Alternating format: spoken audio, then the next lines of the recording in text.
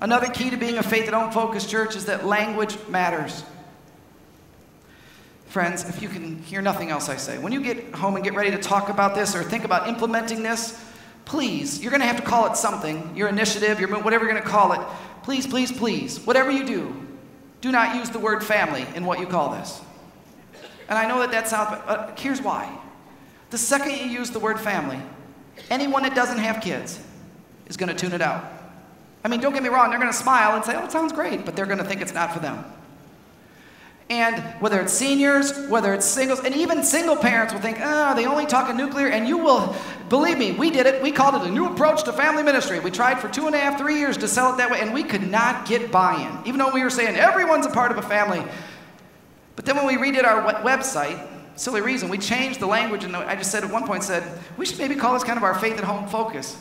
To which my pastor to seniors was sitting next to me, who's been with me the years before this, just said, oh, faith at home. Now that's something we can get behind, Pastor. And I looked at Jim and I'm like, Jim, it's the same thing.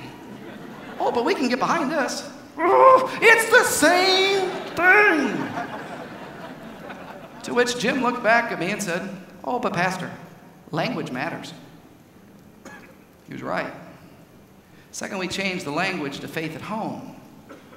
We need our seniors to live out their faith at home. Amen? And be godly grandparents in the lives of their children and children's children.